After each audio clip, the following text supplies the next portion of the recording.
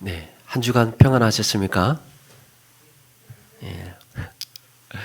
예, 어떻게 지나든지도 모르는데, 큐티책 5월, 6월 큐티책 또 신청 받는다 그러니까, 뭘 했는데 이렇게 또 한 해가 또 이렇게 벌써 훌딱 지나가고 있나 하는 생각이 또 문득 들게 됩니다. 2019년부터 이 팬데믹으로 인해서 우리의 믿음 생활에 참 많은 타격을 입고 있습니다. 예배 참석 인원 제한도 그렇고 소그룹 식사교제 또 훈련 교육 또 사역이며 이 모든 것들이 어려움을 겪고 있는데요. 참 이 신앙생활의 위기가 왔을 때 우리가 생각할 수 있는 한 가지 지혜는 예전에 어떻게 이 어려움을 극복했을까? 성경에서는 이런 상황에 어떻게 대처했을까? 이렇게 살펴보는 일입니다. 그래서 에베소서는 이런 믿음의 힘을 잃어가고 있는 세상의 풍조에 휩쓸려서 혼란스럽고 불안해하는 이런 성도들을 위해서 기록을 했습니다. 그 첫 시간으로 하나님은 우리에게 누구신가?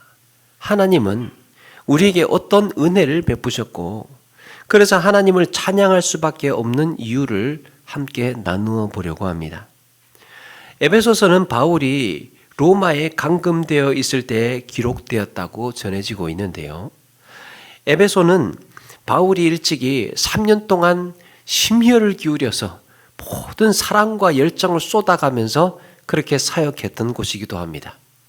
남다르게 애착을 갖고 교회를 부흥시키고 가르치고 세워나가는 일에 이렇게 열심으로 사역했던 그 에베소 교회. 그런데 바울이 갇혀 있는 동안에 이 에베소 교회에서 들려오는 소식이 성도들의 믿음이 약해지고 있다. 세상의 문화에 이 성도들이 휩쓸려가고 있다. 서로 와해되고 있다. 또 이런저런 철학과 유혹과 또 이교적인 가르침 때문에 이 성도들의 이리저리 흩어지고 있다. 이런 불안들이 또 사탄의 시험과 이 모든 것들이 성도들의 마음을 흔들어 놓고 있다는 이야기였습니다. 여러분, 신앙의 위기, 교회의 위기는 그런 점에서 이 하루 이틀의 이야기가 아닙니다. 교회가 세워지고 나서부터 교회가 세워진 지 2000년 전부터 이미 교회는 늘 위기 가운데 있었습니다. 늘 핍박과 박해와 고난과 어려움을 겪으면서 교회는 성장해 왔던 것이고 교회는 이겨왔던 것입니다. 중요한 것은 그때마다 하나님은 이 믿음을 각성했던 성도들을 통해서 일해 오셨다는 거예요. 어려움 속에서, 위기 속에서, 혼란 속에서 자신을 추스리고 정신을 차리고 각성했던 그 성도들을 통해서 하나님께서는 부흥을 일으키시고 놀라운 일들을 행하셨던 것입니다. 오늘날 우리가 겪고 있는 이 보이지 않는 영적 전투, 보이지 않는 영적인 전투, 누군가가 직접적으로 핍박하고 있는 것도 아니고 누군가가 직접적으로 가로막고 있는 것도 아닌데 왠지 모르게 주눅이 들고 왠지 모르게 억압받고 있는 것 같고 왠지 모르게 방해받고 있는 것 같은 이런 영적 전투는 지금 우리에게도 우리의 믿음을 다시 정비하고 전열을 다 가다듬어서 분연히 일어날 것을 요구하고 있습니다. 이런 영적인 싸움에 앞서서 성경은 우리에게 먼저 하나님을 향한 찬양의 목소리를 높이라고 말씀합니다. 우리가 갖추어야 할 영적인 전신갑주, 거기에 앞서서 영적인 전투에 나가기에 앞서서 하나님께 찬양의 목소리를 높이라고 외치고 있는 겁니다.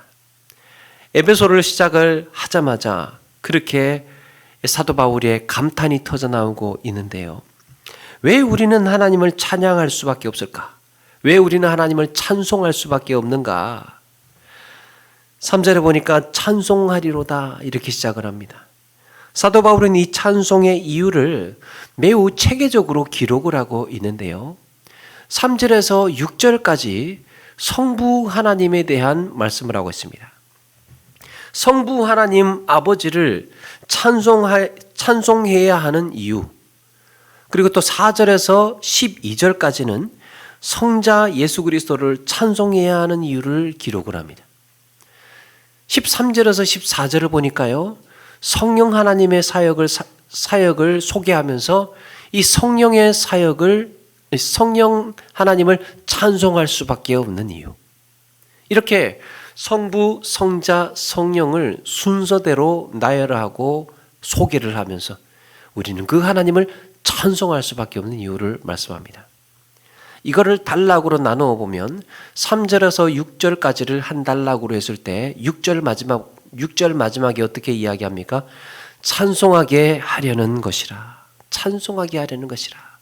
7절에서 12절까지도 12절 마지막에 예수 그리스도를 찬송하게 하려는 것이라.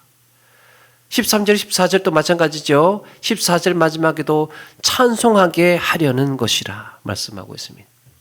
우리를 하나님의 은혜 가운데 부르신 목적, 바로 이런 찬송하게 하시려고 부르셨다는 거예요. 그렇다면 삼위일체 하나님께서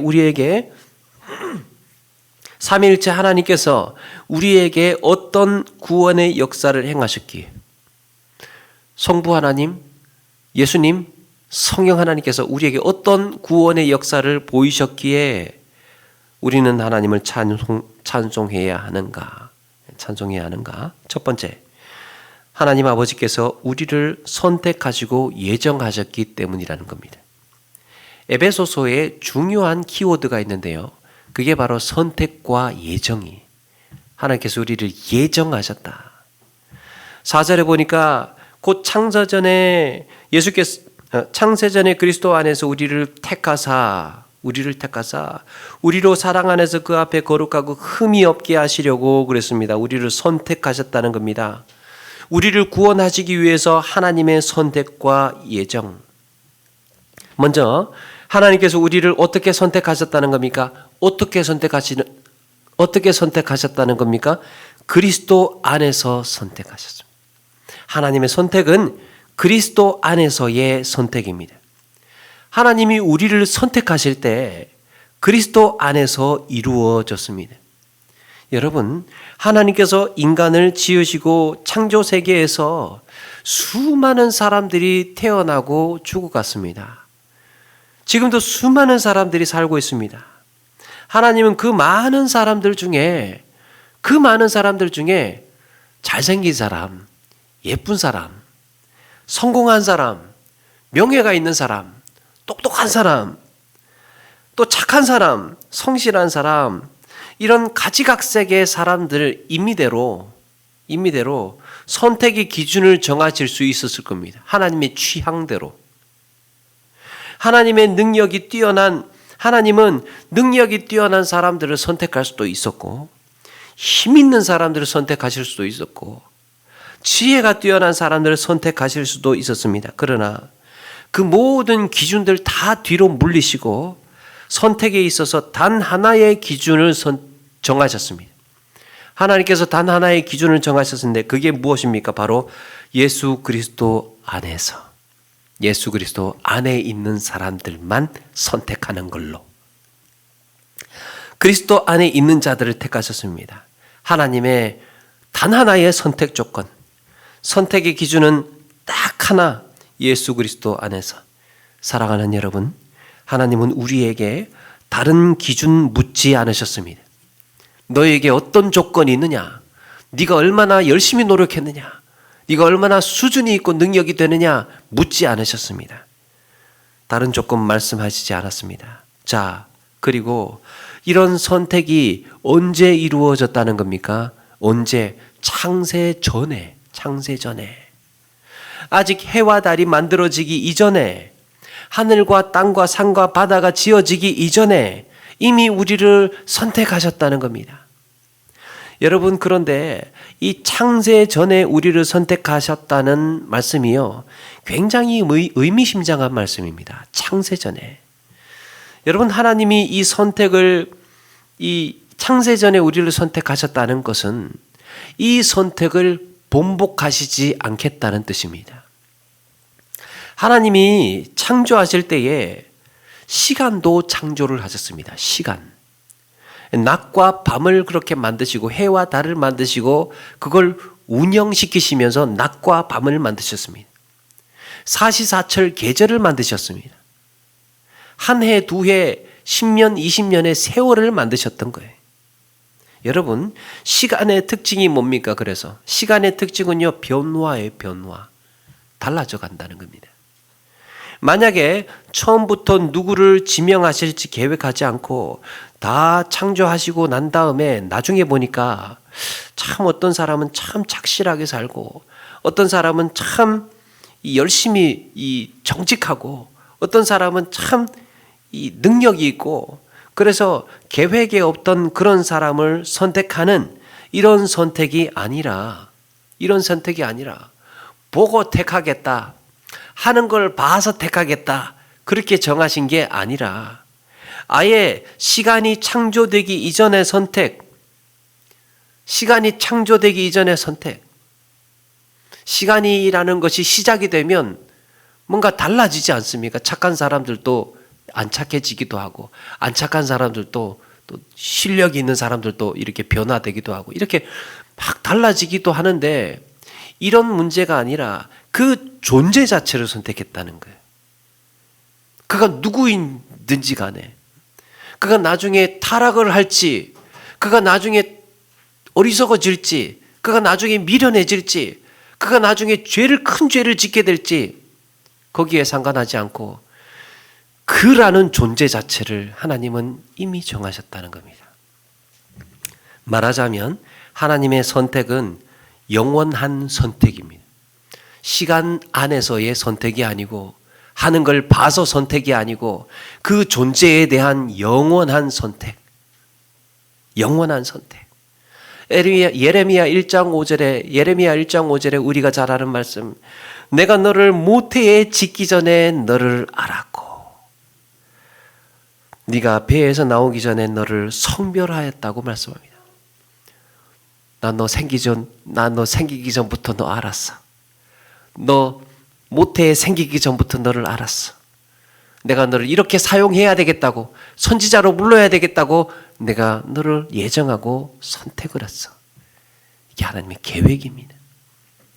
그리고 하나님의 이런 선택의 계획 속에서, 선택과 계획 속에서 나를 지으신 후에, 나를 이렇게 지으신 후에, 세상에 태어나게 하신 이후에 그 계획을 변경하거나 후회하시지 않으셨다는 겁니다. 하나님의 은사와 부르심에는 후회하심이 없느니라. 가끔 뉴스나 TV나 영화 같은 데 보면 그 자식 때문에 고생하는 부모님들 많잖아요. 아이고, 내가 어쩌다가, 아이고, 내 팔자야. 그렇지 않습니까? 사는 게 버거워서 푸념처럼 하는 이런 것들이지만, 인간이다 보니 어떤 경우에는 가끔 또 이런 후회도 하는 부모님들도 가끔 있나 보더라고요. 그런데 성경 속에 나오는 수많은 사람들, 어쩌면 하나님을 원망하기도 하고, 모른다고 외면하기도 하고, 또 때로는 죄 가운데에 교만과 욕심과 이기적인 생각으로 실패하고 넘어지고 추악한 모습으로 타락하기도 했습니다. 아무리 기다려도 돌이킬 기미가 보이지를 않고 도무지 가능성이 없어 보이는 나를 하나님은 얼마든지 내버려 두고 단념해 버릴 수 있었습니다. 내가 좀 잘못 봤나 보다, 참. 얘가 원래 이런 애가 아닌 줄 알았는데 내가 그래서 선택하고 예정했는데 이렇게 또 태어나고 보니까 걔가 아니네. 이렇게 하시지 않고 하나님의 전적인 주권 속에 얼마든지 하실 수 있는 선택과 유기, 내버림, 내다버림, 여기에 누가 항변할 수 있겠습니까? 하나님이 선택하시고 하나님께서 내버려 두시겠다는데 누가 항변할 수 있겠습니까? 그러나 하나님은 나를 선택하심에 있어서 단 한 번의 후회도 없으셨다는 겁니다. 그렇게 하나님의 마음을 아프게 하고 그렇게 미련하고 어리석은 삶이었습니다. 그렇다 하더라도 하나님은 나를 자녀 삼으신 데 대해서 후회하지 않으셨습니다. 바로 이것이 선택함을 받은 이들이 하나님을 찬양할 수밖에 없는 이유인 줄로 믿습니다. 하나님, 나의 이 모습 이대로, 하나님, 나는 정말 이런 모습, 이런 모양으로 살아왔음에도 불구하고 하나님께서 단 한 번도 후회하지 않으시고 나를 이렇게 하나님의 자녀로, 하나님의 백성으로 부르고 계시다는 것. 하나님의 선택과 하나님의 이 예정은 영원전부터, 창세전부터 하나님께서 나를 이렇게 정하셔서 내가 어떤 인간인지, 내가 어떤 삶을 살았는지 묻지 않으시고 너는 그 존재 자체가 내가 선택한 존재야. 너라는 그 자체가 그걸로면 됐어. 다른 것 묻지 않으시고 그렇게 예정해 주셨다는 거예요. 그리스도 안에서. 그렇다면 이렇게 타락하고 나약하고 죄로 인해서 비참한 상태로 내버려 두시지 않고 하나님께서 나를 택하신 목적이 무엇이라는 겁니까? 하나님께서 나를 부르신 목적, 하나님께서 나를 선택하신 목적, 4절에 이렇게 말씀하고 있습니다. 거룩하고 흠이 없게 하시려고. 거룩하고 흠이 없게 하시려고. 자, 여러분, 여기서 거룩하고 흠이 없게, 거룩하다는 말과 흠이 없다는 말은 별로 차이가 없어 보이는데요. 왜 성경은 거룩과 흠 없음을 구별해서 기록하고 있을까? 여러분, 이 거룩과 흠이 없다라는 표현을 가만히 생각을 해보면 한 가지 떠올라야 하는 게 있습니다. 그게 바로 제사예요, 제사. 구약 성경에서 거룩은 제사장이 갖추어야 할 조건입니다. 제사장이 갖춰야 할 조건. 그리고 또 흠이 없다는 것은 제물이 갖추어야 할 조건입니다. 거룩과 흠 없음. 그렇다면 제사장이 거룩해야 하고 제물이 흠이 없어야 하는 이유가 무엇입니까? 하나님 앞에 나아가기 위해서죠. 하나님께서 우리를 어떻게 선택하고 예정하셨습니까? 하나님께서 우리를 어떻게 하게 하시기 위해서 이렇게 예정하셨다는 겁니까? 하나님 앞에 나아가게 하시기 위해서. 하나님과의 관계 회복. 물론 우리를 거룩하게 하시고 흠없게 하신 예수 그리스도를 믿음으로, 우리를 거룩하게 하시고 흠없게 하신 예수 그리스도를 믿음으로 구원을 받고 하나님께 나아갈 수 있는 길이 열렸습니다. 그러나 믿음의 고백에는 그에 상응하는 반응이 필요했고, 우리 믿음의 고백은요, 반응이잖아요. 그 상응하는 반응이 필요하고 마땅히 증명해 보여야 할 삶이 있어야 한다는 겁니다. 마땅히 증명해 보여야 될 삶이 있어야 된다는 것. 여러분, 이런 점에서 우리 믿음은 윤리적인 삶을 요구합니다. 믿는 자의 삶에는요, 윤리가 들어가는 거예요. 윤리가 뭡니까? 윤리. 사전에 보니까 사람이 마땅히 행해야 할, 또 사람이 마땅히 행하거나 지켜야 할 도리를 윤리라고 합니다. 마땅히 행하거나 지켜야 할 도리. 동물은 어떻습니까? 동물한테는, 짐승한테는요, 마땅히 행하거나 지켜야 할 도리라는 게 없어요. 그냥 배고프면 먹어야 되고, 그냥 훈련받은 대로 살면 그만이에요. 그 짐승입니다. 그런데 인간은 어떻게 다릅니까? 윤리적인 존재라는 점에서 달라요. 하나님은 우리를 윤리적인 존재로 만드셨습니다. 자유의지를 주셨지만 그럼에도 불구하고 마땅히 행하며 살아가야 할 것을 우리에게 주셨다는 거예요. 믿는 자라면 마땅히 행하거나 지켜야 할 도리가 있다는 겁니다. 꼭 뭔가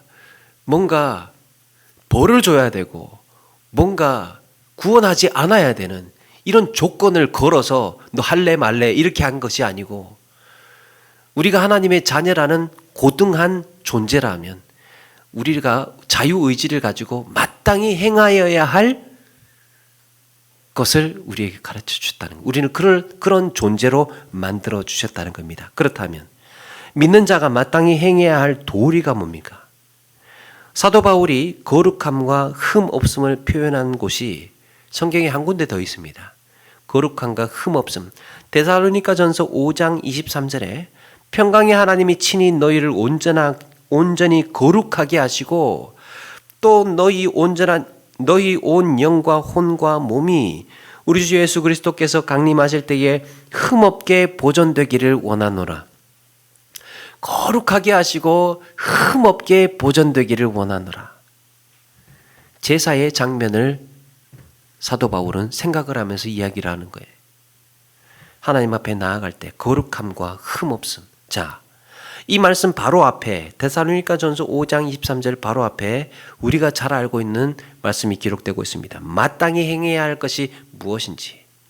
항상 기뻐하라. 쉬지 말고 기도하라. 범사에 감사하라. 이것이 그리스도 예수 안에서 너희를 향하신 하나님의 뜻이니라. 마땅히 행하여야 할 것. 항상 기뻐하라. 쉬지 말고 기도하라. 범사에 감사해라. 이게 그리스도 예수 안에서 하나님의 뜻이니라. 너희들 마땅히 그 앞에서 행하여야 할 것이다. 이렇게 안 하면 너희들 죽어. 이렇게 말씀하시지 않고 이게 하나님의 뜻이야. 그러니까 너희들 마땅히 행하여야 할 일이 아니겠니? 라고 말하고 있는 거예요. 성령을 소멸하지 말며 예언을 멸시하지 말고 말씀을 멸시하지 말고 범사에 헤아려 좋은 것을 취하고 악은 어떤 모양이라도 버리라. 악은 어떤 모양이라도 버리라. 이것이 믿는 자로서 마땅히 행하여야 할 도리라는 겁니다. 도리. 여기에 예배의 요소들이 다 들어가 있습니다. 예배의 요소들. 기도, 감사, 기쁨, 말씀을 존중하는 것, 악은 어떤 모양이라도 버리는 것, 이게 예배적인 요소들이 다 들어가 있습니다. 하나님께서 우리를 거룩하게 하시고 흠없게 하시려는 이런 뜻과 계획을 갖고 있으니까 너희는 이것을 무시하지 말고 성심으로 따르라고 말씀하고 있는 겁니다. 이걸 한마디로 예배의 삶이라고 할 수 있습니다. 하나님께서 우리를 부르신 목적, 하나님께서 우리를 부르신 이유, 바로 예배의 삶을, 하나님 앞에서의 예배, 그리고 내 몸을 거룩한 산 제물로 드리는 삶의 예배. 구약의 제사는 예수 그리스도로 말미암아서 이제 예배로 승화되었습니다. 제사는 예수 그리스도의 피로 인하여서 예배로 승화되었습니다. 이곳에 피가 없는 게 아니라 예수 그리스도의 피가 흐르고 있는 겁니다. 예배의 현장에는 예수 그리스도의 생명, 그 피가 있는 것입니다.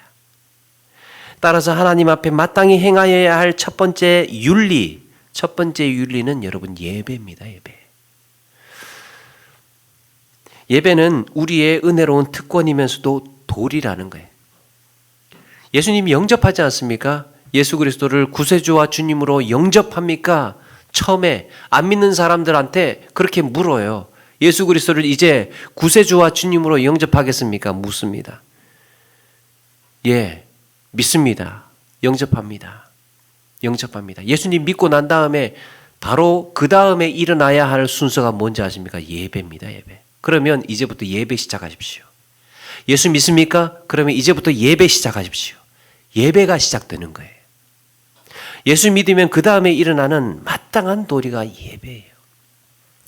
하나님은 이렇게 영과 진리로 예배하게 하시기 위해서 우리를 택하셨습니다.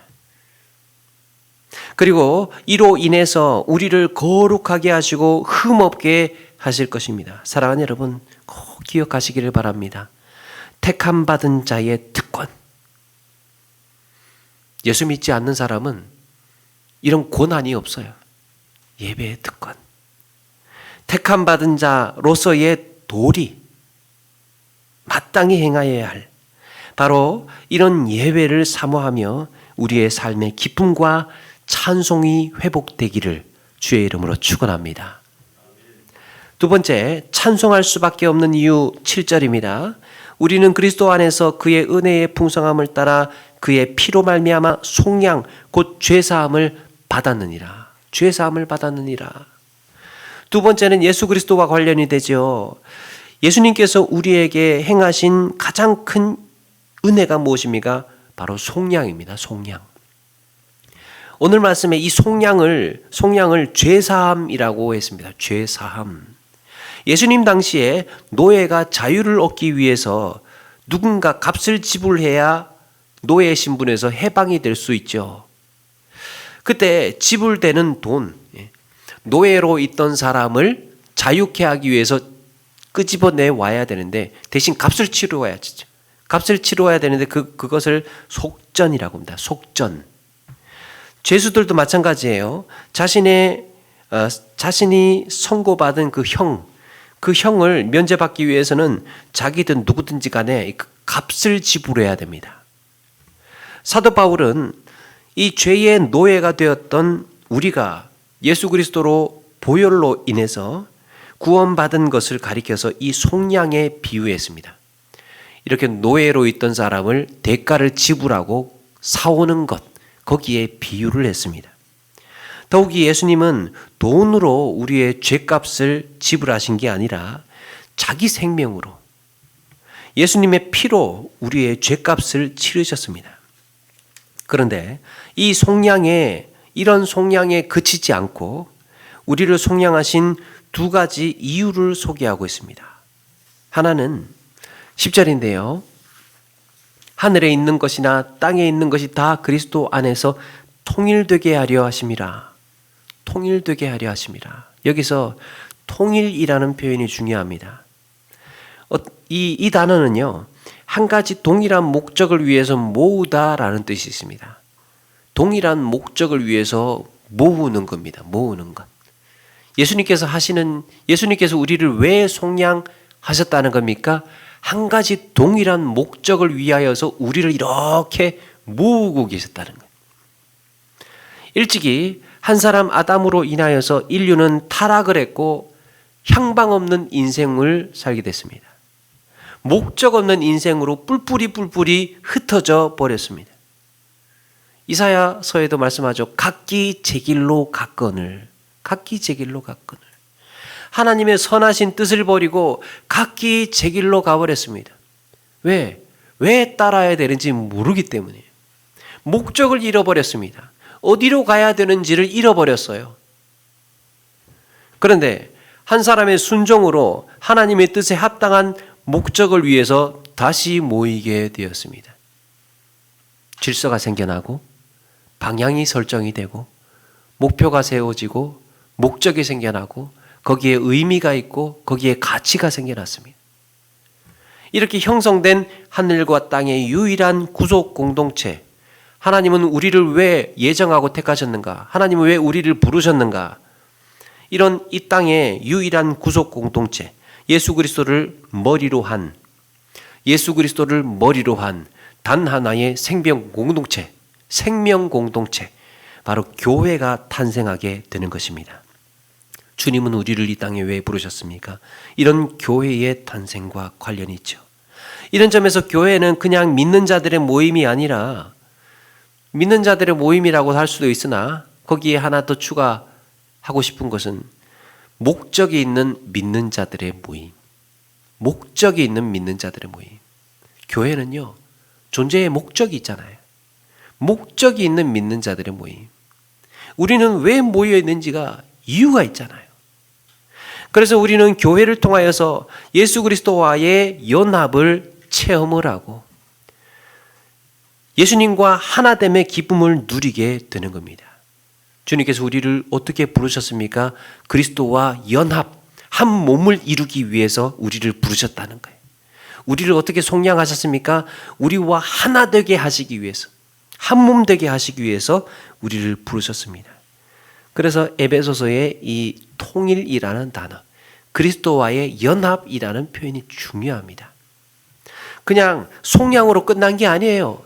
왜 속량하셨습니까? 주님 우리를 왜 구원하셨습니까? 나와 한 몸 되게 하기 위해서. 주님과 한 몸 되게 하기 위해서 부르셨다는 거예요. 그리고 교회는 그리스도의 죽으심과 부활에 참여하도록 이 땅에 허락하신 그리스도의 몸이잖아요. 그리스도의 몸. 그리고 나는 주님의 몸의 일부인 겁니다.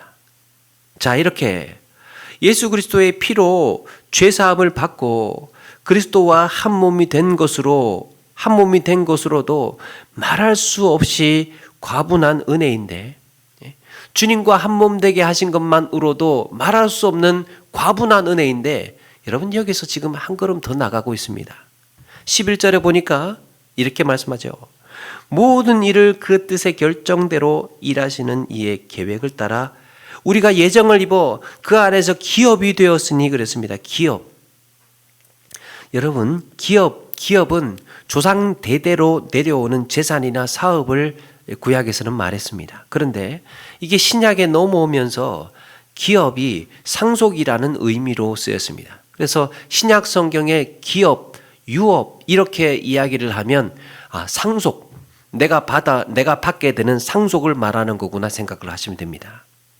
사랑하는 여러분, 예수 그리스도를 믿는 자는 영원한 생명과 하나님의 나라를 상속받을 목적으로 모인 자들인 줄로 믿습니다. 우리를 이 땅에 한 몸으로 이렇게 예수님과 한 몸 되게 하신 이유가 무엇입니까? 너는 나와 같이 한 몸이야. 그래서 이제 하나님의 나라를 상속받을 거야. 넌 나와 함께. 베드로전서 1장 4절에 썩지 않고 더럽지 않고 쇠하지 아니하는 유업을 잊게 하시나니, 썩지 않고 더럽지 않고 쇠하지 않는 영원한 나라를 이제 유업으로, 기업으로, 상속으로 잊게 하시나니 곧 너희를 위하여 하늘에 간직하신 것이라. 너희를 위하여. 주님의 몸된 교회의 한 몸, 한 지체로 연결되어 있는 자들에게 예수 그리스도와 함께 하나님의 나라를 상속하시겠다고 약속하신 것입니다. 세계적인 경제학자 제레미 립킨은 소유의 종말이라는 책에서 이런 말을 했습니다. 21세기의 강자는 얼마나 많은 것을 소유하느냐가 아니라 얼마나 많이 접속할 수 있느냐에 달려있다. 얼마나 많이 접속할 수 있느냐에 달려있다. 여러분, 지금 우리 시대는요, 지식의 양상이 달라지고 있습니다. 지식의 양상이 달라지고 있어요. 옛날에는 지식의 강자는 많이 알고 있으면 최고였죠. 뭐든지 그냥 막 온갖 지식을, 걸어다니는 백과사전이라고 하지 않습니까? 온갖 지식을 다 가지고 있는 사람이 짱이었습니다. 그런데 이제는 뭔가 궁금하면 이 모르는 것이 부끄럽지 않은 시대가 됐습니다. 이제는 모르는 게 부끄럽지 않아요. 왜? 스마트폰이 있기 때문에. 잠깐만 기다려. 5초면 됩니다. 5초. 네이버에 물어보면 됩니다. 모르는 게 부끄럽지 않아요. 그거 찾아보면 돼. 찾아보면. 자, 이렇게 내 머릿속에 담고 있는 사람이 예전에는 최고였는데 이제는 모르는 게 없는 세상이 되어버렸습니다. 필요한 요리도 할 수 있고 정보도 얻을 수 있고 하다못해 지구 반대편에 일어나고 있는 모든 일들 이 스마트폰 찾아서 다 알아볼 수 있는 시대가 됐습니다. 세상의 모든 지식을 손가락 몇 번만 두드리면 나올 수 있는 시대입니다. 문제는 그 지식을 어느 경로를 통해서 어떤 방법으로 얼마나 효과적으로 찾아내는가 하는 겁니다. 그래서 지식을 많이 가지고 있는 게 실력이지만 그보다 어느 지식 네트워크에 접속하느냐가 중요해지는 시대가 됐습니다. 내 머리 안에 모든 지식을 가지고 있는 게 아니고 나는 지금 이 일을 하고 싶은데 어떤 경로를 통해서 어떤 방법으로 누구에게 물어보면 되지? 이걸 알고 있는 사람. 또 이 일을 하나를 성취해내야 되는데 요거는 어떤 방법을 통해서 누구를 동원해서 어떤 정보를 이용해서 활용을 하면 되지? 이게 강자라는 겁니다. 옛날에는 혼자 다 하고 다 알고 있어야 하고 그래야 되는데 이제 지식 네트워크, 어디에 접속하느냐가 중요해진 시대. 그렇다면 이런 시대에 살고 있는 우리에게 가장 유익하고 우리의 영생을 보장해주는 영적인 접속이 무엇입니까? 우리의 영원한 생명을 보장해주는 영적인 접속이 무엇입니까? 하나님과의 접속이죠. 하나님과의 접속. 거기에 생명 지식의 깊이를 더해가는 것입니다. 진리를 아는 것입니다. 이게 끊어지면 우리는 이 엄청난 정보의 바다에 표류하게 됩니다. 어디로 가야 될지도 모르겠고 어디를 바라보아야 될지도 모르겠고 이게 맞는 건지 저게 맞는 건지 이렇게 살아야 되는 건지 저렇게 살아야 옳은 건지 헤매다가 끝나버린다는 거예요. 사랑하는 여러분, 피로 값주고 사신 주의 몸된 교회 안에서 우리 주님과 접속하시고 상속자의 기대와 기쁨 가운데에 하나님을 찬양하며 나아가시는 우리 모두가 되기를 바랍니다. 마지막으로 주님을 찬송할 수밖에 없는 이유 바로 성령 사역 때문입니다. 성령 사역 13절에 보니까 너희 구원의 복음을 듣고 그 안에서 또한 믿어 약속의 성령으로 인치심을 받았으니 이는 우리 기업의 보증이 되사 그 얻으신 것을 속량하시고 그 영광을 찬송하게 하려는 것이라. 여기에 두 단어가 중요하죠. 인치심과 보증입니다. 인치심과 보증. 성령께서 하신 중요한 우리에게 하신 사역은 성령으로 우리를 도장 찍으시고 기업에 보증되게 하셨다는 거예요. 성령님이 보증이 되셨다는 겁니다. 무슨 보증입니까? 하나님의 선택과 여정, 우리를 향하신 그리스도의 속죄의 사역, 그리고 상속받게 될 영원한 생명과 하나님 나라. 여기서 성령 하나님께서 보증 서주셨습니다. 우리가 상속받게 될 영원한 생명과 하나님 나라를 얻기 위해서 그때까지 보증서 주셨다는 거예요. 그런데 성경은 우리에게 이렇게 가르치죠. 보증서지 말라. 보증서지 마라. 잠언에서는 여러 차례 보증서지 말라고 그렇게 경고를 합니다. 왜 그렇습니까? 보증 쓰게 되면 보증선 사람이 책임 다 져야 되기 때문이죠. 그래서 보증 잘못 서게 되면 재산을 잃게 되기도 하고 가족을 지키지 못할 수도 있고 자기 자신마저도 노예로 팔리게 되는 이런 비참한 불행을 겪기도 합니다. 그래서 보증 서지 말라는 거예요. 그런데 성령 하나님은 우리가 영원한 생명과 하나님 나라를 유업으로 받을 때까지 내 안에서 떠나지 않으시고 책임지시겠다고 말씀하고 있습니다. 네가 넘어져도 네가 실패하도 내가 책임질게. 하나님의 나라를 상속받을 때까지 내가 보증서 줄게. 너의 힘으로 못한다면 내가 책임지고 할 수 있도록 해줄게. 그게 보증입니다. 성령 하나님은 우리의 영혼을 거룩하고 흠 없이 보존하실 것이고 우리의 걸음걸음을 지키실 것이고 위로하시고 힘을 주셔서 끝내는 영원한 생명으로 인도해 가실 줄로 믿습니다. 성령 하나님의 사역.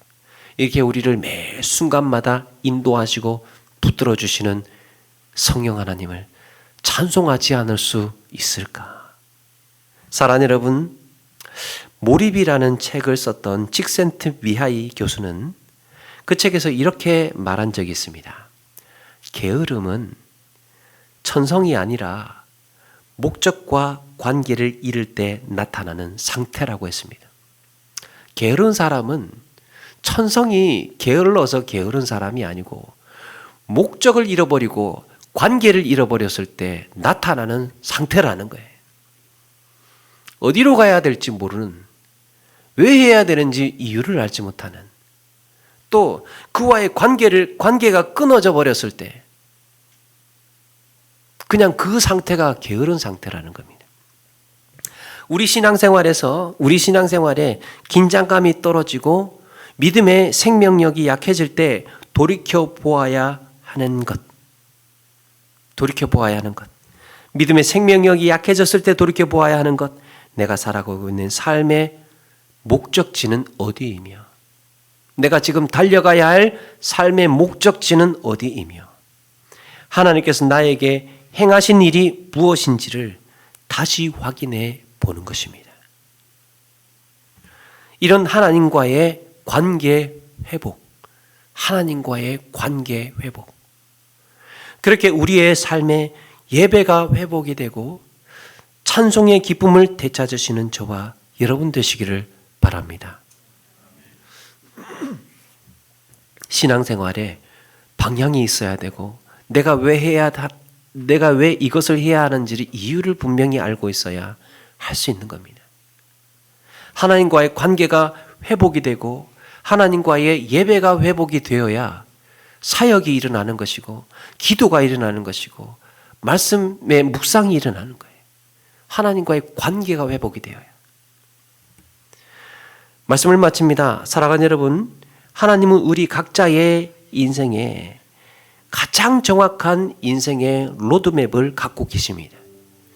하나님은 나라는 존재, 각자에 대해서 가장 정확하고 유익한 인생의 지도를 가지고 계시는 거예요. 나는 너에게 이런 계획을 가지고 있어. 나는 너를 향하여서 너와 나와의 관계에 있어서 이런 목적을 가지고 있어. 우리는 그걸 알아야 한다는 겁니다.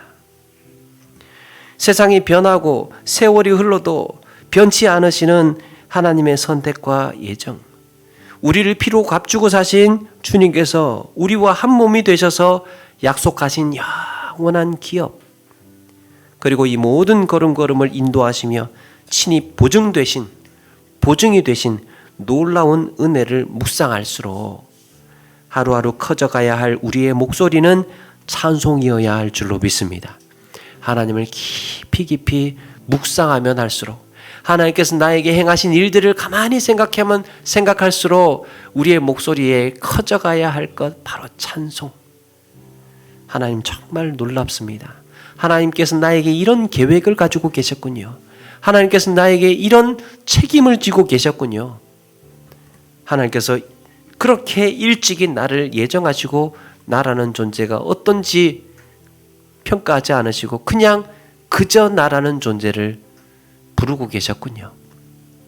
사랑하는 여러분, 찬송가 가사에 이런 가사가 있죠. 보배로운 피를 흘려 영영 죽을 죄에서 구속함을 얻은 우리 어찌 찬양 안 할까? 어찌 찬양 안 할까?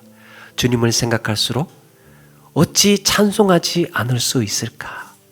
여러분, 이런 감탄과 이런 기쁨과 이런 기대가 사도 바울이 찬송하리로다 그렇게 감탄했던 그런 탄성이 우리의 믿음의 삶에서도 일어나야 할 줄로 믿습니다. 이런 고백과 감사가 우리의 삶에서 늘 넘쳐나시는 그런 기쁨의 삶이 되시는 저와 여러분 되기를 주님의 이름으로 축원합니다. 찬양하겠습니다.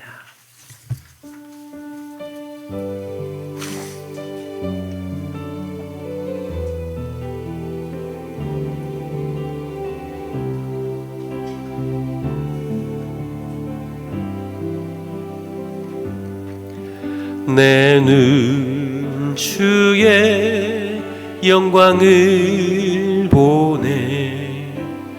우리 가운데 계신 주님, 그 빛난 영광 온 하늘 덮고 그 찬송 온 땅 가득해. 내 눈 주의 영광을 보네. 찬송 가운데 서신 주님, 주님의 얼굴은 온 세상 향하네. 권능의 팔을 드셨네. 주의 영광 이곳에 가득해. 우린 선의 주님과 함께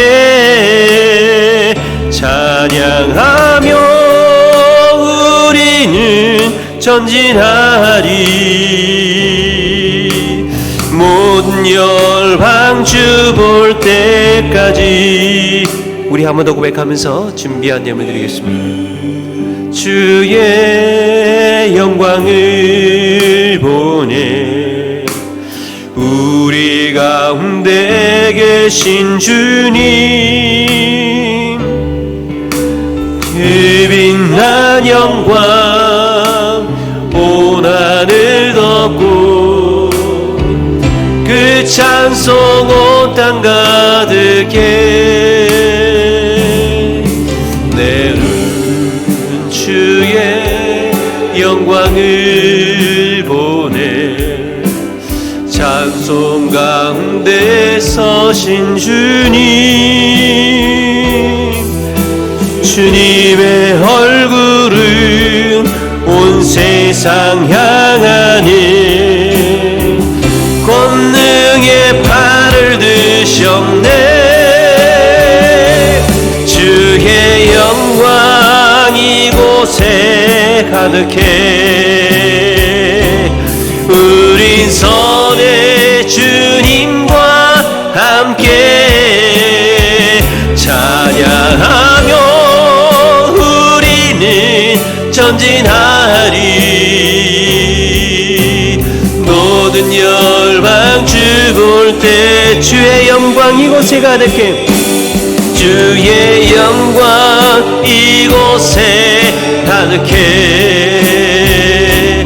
우린 선의 주님과 함께 찬양하며 우리는 전진하리. 모든 열방 주 볼 때까지. 제가 기도하겠습니다. 사랑과 은혜가 충만하신 하나님 아버지, 우리의 삶 가운데에 우리의 찬송의